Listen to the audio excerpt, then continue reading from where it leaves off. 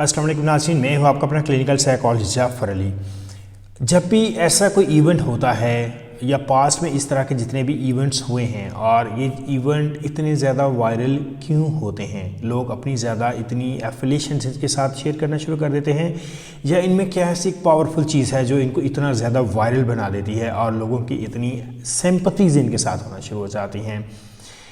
ये जितने भी इस तरह के इवेंट्स होते हैं बेसिकली ये एक्सपोज कर देते हैं बहुत सारे लोगों के हिडन डिप्रेशन को, वो डिप्रेशन जो उन्होंने बहुत अच्छे तरीके से मास्क किया होता है, बहुत अच्छे तरीके से छुपाया होता है, लेकिन इनके साथ इस तरह के इवेंट्स के साथ एक बड़ी स्ट्रॉन्ग एफिलिएशन उनकी आना शुरू हो जाती है। जैसे एफिलिएशन आती है उन्हें लगता है कि कोई हमारे जैसा है या प्रोजेक्ट करना शुरू कर देते हैं। साइकोलॉजी में बहुत सारी प्रोजेक्शन की टेक्निक्स हैं जिसमें डायरेक्टली कोई भी इंसान अपने इमोशंस को एक्सप्रेस नहीं करता, लेकिन वो किसी के साथ एफिलिएट करके, किसी ऑब्जेक्ट के साथ रिलेट करके अपने डिप्रेशन को या अपनी हिडन फीलिंग्स को, पेन्स को रिवील करना शुरू कर देता है।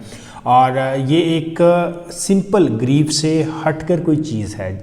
जब भी डिप्रेशन के बारे में बात की जाती है तो लोग डिप्रेशन को अमूमन वही कोई क्लासिकल डिप्रेशन समझते हैं कि बहुत ज़्यादा दुख होगा, सोग होगा, लो मूड होगा, रोना धोना होगा एंड सुसाइडल थॉट्स, इस तरह की चीज़ें बहुत ज़्यादा एक्सेसिव आ रही होंगी। नहीं, मॉडर्न डिप्रेशन बहुत बदल गया है। बाकी बहुत सारी डिजीज़ की तरह डिप्रेशन ने भी अपने सिम्टम्स चेंज किए हैं with the passage of time. अभी ये जो मॉडर्न डिप्रेशन है इसमें हंसता मुस्कुराता डिप्रेशन है। लोगों ने, हम इंसानों ने, हम बहुत स्मार्ट इंसान हैं, हमने जहाँ और ज़्यादा तरक्की की है, हमने ये सीख लिया है कि अपनी इमोशनल मास्किंग कैसे करनी है, हमने किस तरह से एक अच्छा सा मास्क अपने ऊपर सजाना है।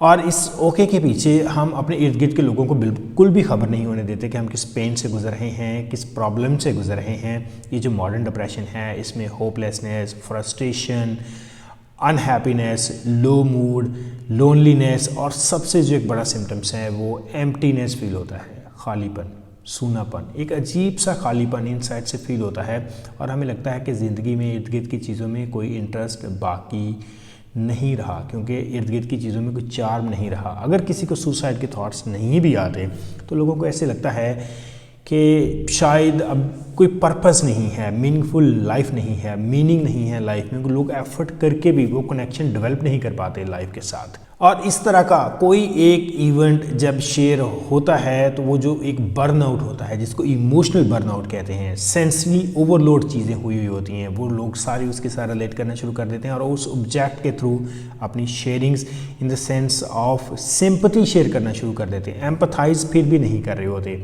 सिंपैथी कर रहे होते हैं, क्योंकि सिंपैथी डायरेक्टली आपके इनर इमोशंस को हिट कर रही होती है। अच्छा, अब थोड़ा सा इस चीज़ को अंडरस्टैंड करें कि अगर आपको लग रहा है कि इन सारी चीज़ों में कोई ना कोई प्रॉब्लम आ रही है तो please don't suffer in silence. आप हेल्प की तरफ आएँ, आप अपने आप को बेहतर करने की तरफ आएँ, आप लाइफ की तरफ वापस आएँ। और जहाँ रही पेंगुइन की बात, तो प्लान्ड सुसाइड नहीं करते एनिमल्स, ना बर्ड्स इस तरह से करते हैं। कोई इस तरह का इंसिडेंट, कोई हादसा हो जाए या कोई और इस तरह की, जैसे उनको कोई न्यूरोलॉजिकल इशू हो गया, उनकी डिसओरिएंटेशन हो गई है, उनको डायरेक्शन का पता नहीं चल रहा, तो उसकी वजह से ये सारी चीज़ें।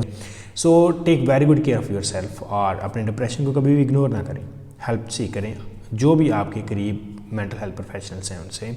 अगर आप हमसे रब्ता करना चाह रहे हैं, you can just connect with us through this number on screen. Please follow and share this videos.